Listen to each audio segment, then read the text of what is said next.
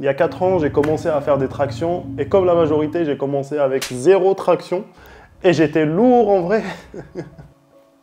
En vrai, j'étais pas très lourd parce que je pesais 80 kg, mais j'avais un très faible rapport poids-puissance, chose qui a changé parce que j'ai récemment tractionné 75 kg. Oui, il m'a fallu 4 ans pour atteindre cet objectif, mais aujourd'hui, je te donne toutes les astuces pour te faire gagner du temps, optimiser ta progression, atteindre tes objectifs et devenir beaucoup plus fort tout simplement sur les tractions. Allez, let's go. Donc, commençons d'abord par la base, par définir qu'est-ce que c'est qu'une traction. La traction, c'est un mouvement polyarticulaire où on utilise une barre fixe pour soulever son corps en fléchissant les bras. Ce mouvement travaille les muscles du dos, donc le grand dorsal, les rhomboïdes, les trapèzes, etc.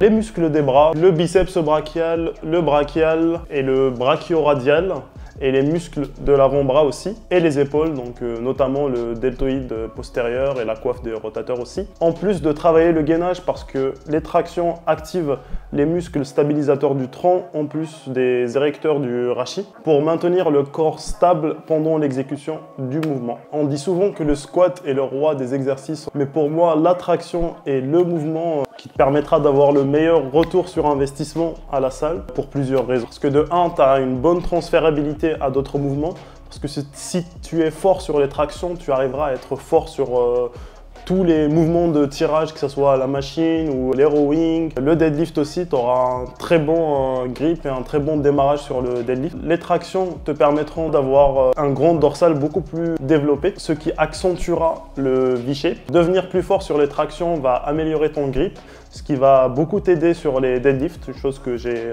déjà évoquée. Et ça t'aidera aussi sur des tâches quotidiennes comme porter des sacs de course ou faire de l'escalade, etc. S'améliorer sur les tractions aussi t'aidera à avoir une meilleure posture parce que ça contre très bien le fait d'être protracté comme ça devant un PC, etc. Ça améliorera la santé de ton dos.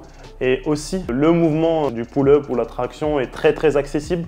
Tu peux faire des tractions dans la porte de ta chambre, tu peux faire des tractions dehors. Il suffit juste d'avoir une barre de traction. Tu n'as pas besoin d'acheter une machine à 3000, 4000, 5000 balles ou avoir un abonnement à la salle qui coûte 40 balles par mois. C'est bien de le faire, c'est optimal, mais il faut savoir que tu peux faire des tractions dehors aussi et partout. Et le mouvement de la traction est modulable, donc tu peux le rendre plus dur en faisant des variations plus difficiles de traction ou faire du lesté, ou bien tu peux rendre le mouvement plus facile en faisant des tractions à l'élastique, en faisant des tractions assistées ou des tractions australiennes, on appelle ça. On va en revenir après sur les variations. Parlons un peu maintenant des prises aux tractions. Les prises les plus communes sont déjà la pronation ou le pull-up, on appelle ça dans le street language. La pronation, c'est avoir les paumes de main au-dessus de la barre. Faire des tractions en pronation est plus difficile parce que tu engagerais les biceps beaucoup moins par rapport à la supination. C'est plus difficile surtout en prise large parce que ça sollicite principalement le grand dorsal, les rhomboïdes et les trapèzes. Et tu as beaucoup moins de sollicitation des biceps par rapport à la supination. C'est aussi moins accessible pour des débutants, parce que tu as moins d'aide des biceps justement. Et ce qui est bien en faisant des tractions en pronation, ça t'aidera à renforcer ton dos et à travailler la largeur du dos, en plus de développer ta force explosive et du coup avoir un bon transfert pour le muscle-up, vu que c'est le même pattern de tirage à peu près. Donc deuxième prise, donc la supination, ou le chin-up on appelle ça, ou le fait d'avoir la paume des mains tournée vers soi. Cette prise sollicite principalement le grand dorsal et les biceps aussi, en plus des avant-bras. Ça peut être un peu contraignant anatomiquement parce que tu peux avoir des petites tensions au niveau des coudes et des poignets. Ce que je conseille toujours, c'est de s'échauffer les coudes et les poignets avant de faire du chin-up et aussi de faire des exos de mobilité des poignets, genre des exos de rotation, etc. afin de ne pas se faire mal sur ce mouvement. Donc c'est un mouvement qui engage beaucoup plus le grand dorsal et les biceps, donc ça t'aide à renforcer les bras, même si faire du curl c'est le meilleur exercice pour prendre des bras. Il y a des petites hypothèses qui disent que le chin-up aide mieux à avoir un muscle-up qu'une traction en prise pronation, mais il n'y a aucune étude qui a prouvé ça. Après, on a la traction en prise neutre, ce qui est un bon entre-deux entre la supination et la pronation. La traction en prise neutre est confortable pour les poignets et pour les coudes et elle est anatomiquement meilleure que la traction en pronation et clairement meilleure que la traction en supination. Elle te permet de travailler ton dos, tes bras, etc. Par contre, la traction prise neutre est moins spécifique pour isoler les dorsaux. Bien sûr, il y a beaucoup d'autres prises comme le commando ou comme les tractions aux anneaux, etc. Mais là, je parle vraiment des 3 principales prises. La bonne technique aux tractions est la technique qui te permettra d'engager le plus ton dos et tes avant-bras et ton tronc. Il faut savoir que les muscles du dos sont beaucoup plus forts et peuvent générer beaucoup plus de puissance par rapport aux muscles des bras, parce que le dos est composé de plusieurs muscles et ces derniers sont volumineux, notamment le grand dorsal et les trapèzes aussi, ce qui fait une plus grande surface et plus de masse.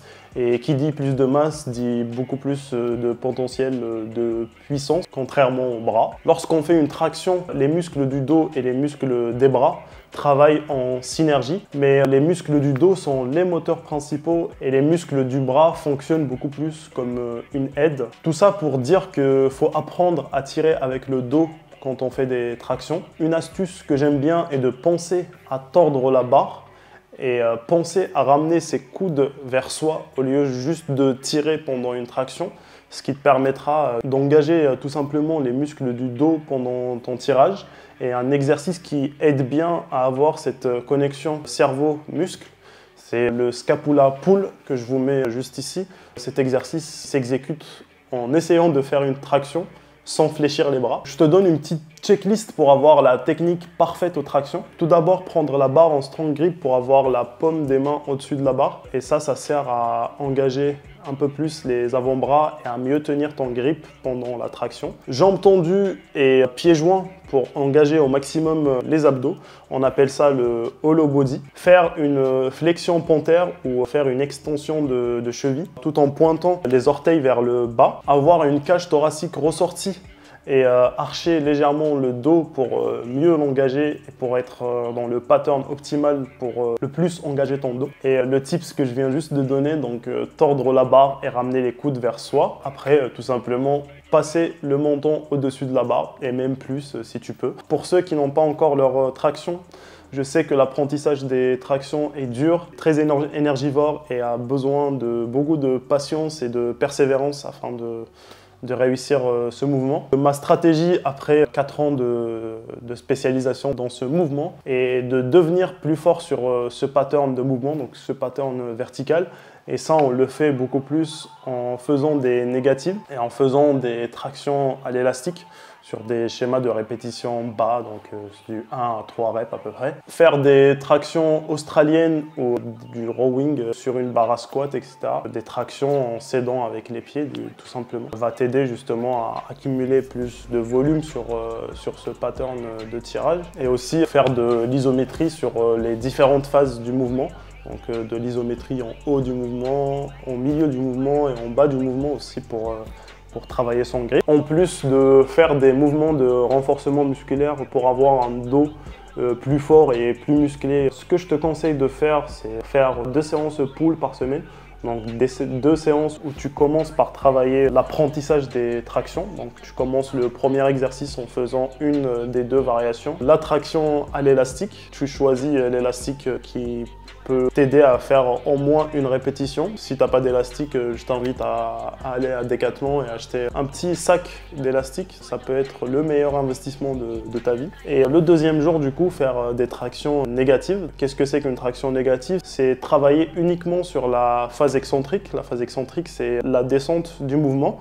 Parce que plusieurs études le montrent, on est beaucoup plus fort sur la phase excentrique que la phase concentrique. Après avoir fait les négatives, tu enchaînes avec des tractions australiennes ou inverted row et finir avec un mouvement de renforcement musculaire qui travaille le dos dans sa globalité comme la poulie basse ou le pull-over, et un autre mouvement qui travaille les biceps ou les avant-bras ou les deux, du curl marteau par exemple ou du curl à la machine ou aux haltères, etc. L'objectif aussi, c'est de faire monter l'intensité petit à petit, donc instaurer une surcharge progressive plus tu enchaînes les semaines. Donc en vrai, baisser la résistance des élastiques petit à petit, faire plus de secondes en négative, essayer de tenir plus sur les isométries et faire monter les charges sur les mouvements de renforcement musculaire, donc classique. Je te conseille aussi de rester sur des schémas de répétition courts et de ne pas forcer tout simplement si tu as des douleurs articulaires. Si tu as des douleurs au coude et au poignet aussi, ne force pas trop.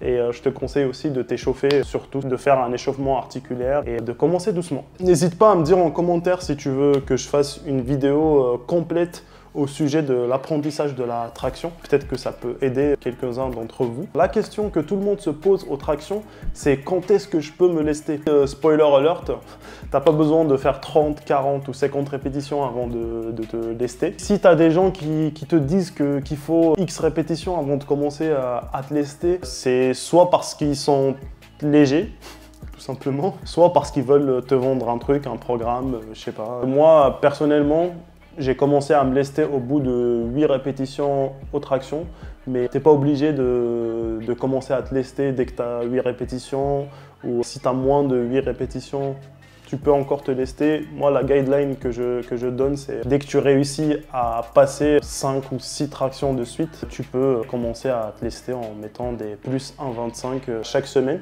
Donc commencer avec un top set, une série de 1 répétition à 1,25, 2,5, 3,75, 5 kg, etc. Et faire des back-off, des séries après le lesté, au poids de corps ou à l'élastique, en s'entraînant sur un schéma de répétition de force, donc type 4x2, 3x3, etc.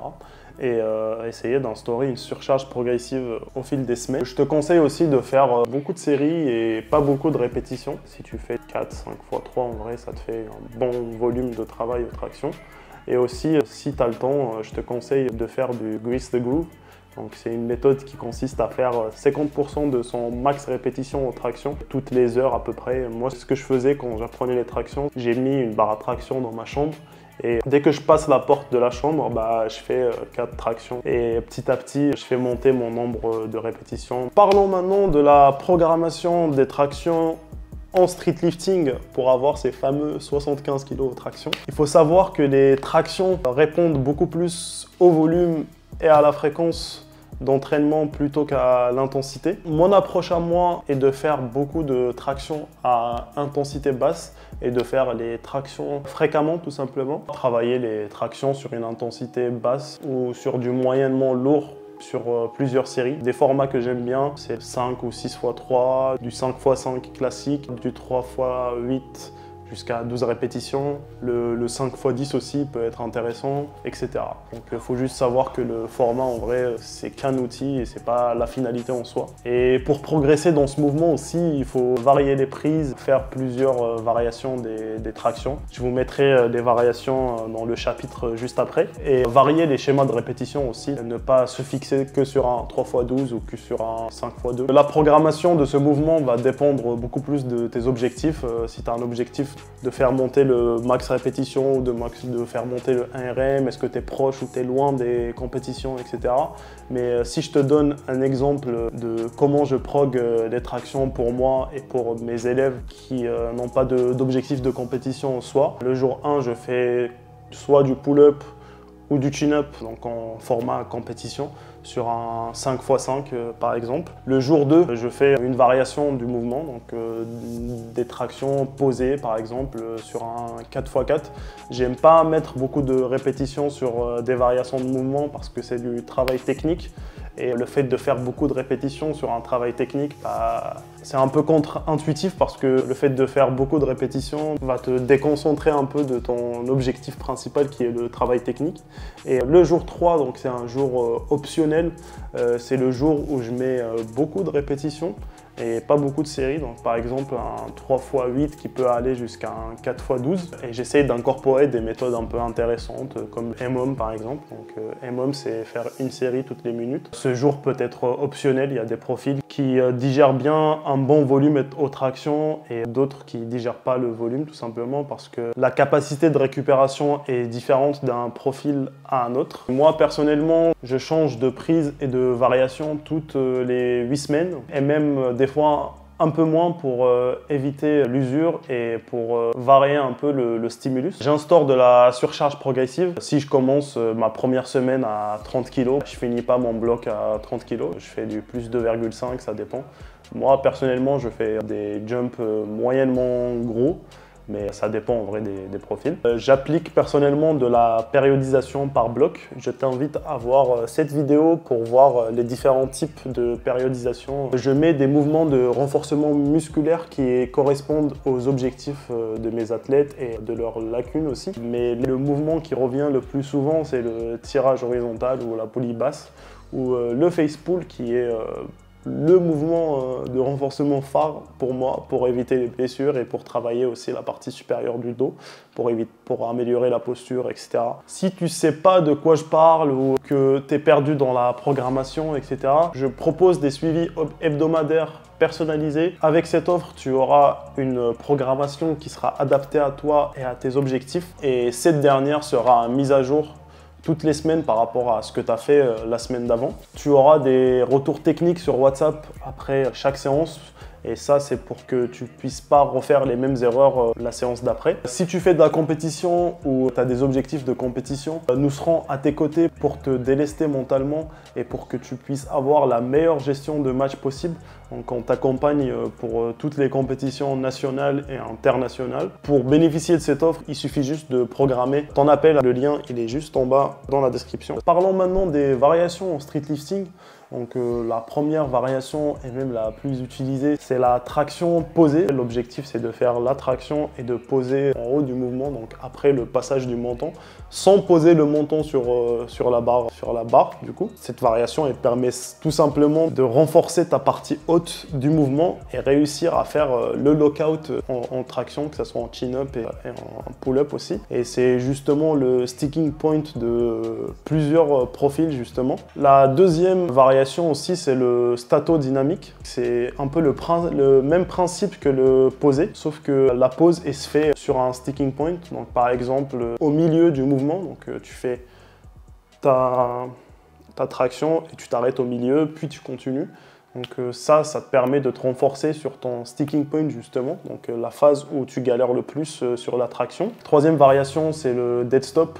Donc certains peuvent débattre que c'est pas vraiment une variation, mais pour moi c'est une variation parce que ça te permet de mieux standardiser tes répétitions aux tractions, donc d'avoir une technique identique pendant toutes les tractions, et aussi travailler ton démarrage aux tractions, devenir plus fort sur le démarrage et réussir à produire le plus de force au démarrage. Une autre variation aussi, c'est le one shot. Donc le one shot, c'est le fait d'enchaîner les tractions sans s'arrêter, et ça te permet de travailler ton gainage pendant la traction et aussi pour travailler la vitesse. On a aussi les tractions à l'élastique où tu te lestes avec les poids et que tu mets aussi un élastique qui sert de résistance. Cette variation, elle te sert à changer la courbe de résistance et avoir une courbe qui est ascendante.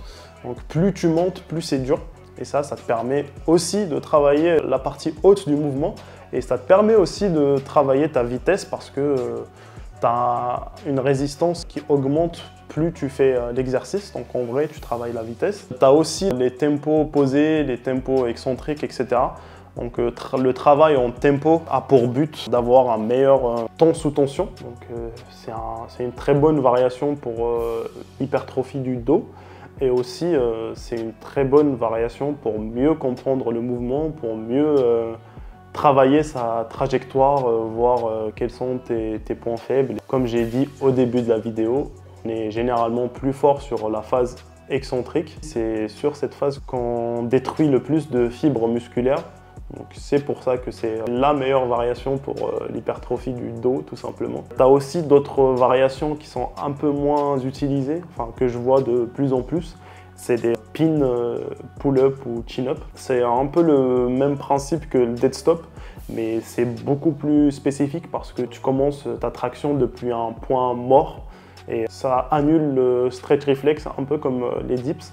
Donc ça peut être une variation intéressante, mais je pense que c'est pas adapté à 80% des profils. Enfin, je sors un pourcentage comme par hasard. Une variation dont j'ai pas parlé, c'est le chest to bar. Le chest to bar, tout simplement une traction explosive où tu essayes de toucher la barre avec tes pecs et pas avec le menton. Cette variation, elle te permet de travailler ta vitesse et ton explosivité sur les tractions. Et ça peut être aussi un bon mouvement complémentaire pour les muscle-up. Il faut savoir aussi que si tu ne fais pas du street ou que tu veux pas te spécialiser sur les tractions, tu n'es pas obligé de faire ces variations. Et il faut savoir aussi que les variations ont un but. Si tu ne sais pas pourquoi tu fais une variation, autant faire du comp tout simplement parce que c'est ce qui peut t'aider le plus à progresser. Parlons un peu maintenant des renforcements musculaires. Donc le premier renfort qui va t'aider à travailler l'épaisseur du dos, donc qui complémente bien le mouvement de la traction qui est un tirage vertical, c'est un tirage horizontal tout simplement. Donc c'est soit la poulie basse, le tirage horizontal en unilatéral, tu as le tirage unilatéral donc aux machines hammer strength, etc. Tu as le pullover aussi qui permet de bien travailler le grand dorsal, de bien étirer le grand dorsal et de bien l'isoler. Tu as aussi le tirage vertical, peu importe la prise, elle te permet de mettre plus de volume sur le même pattern de tirage que la traction.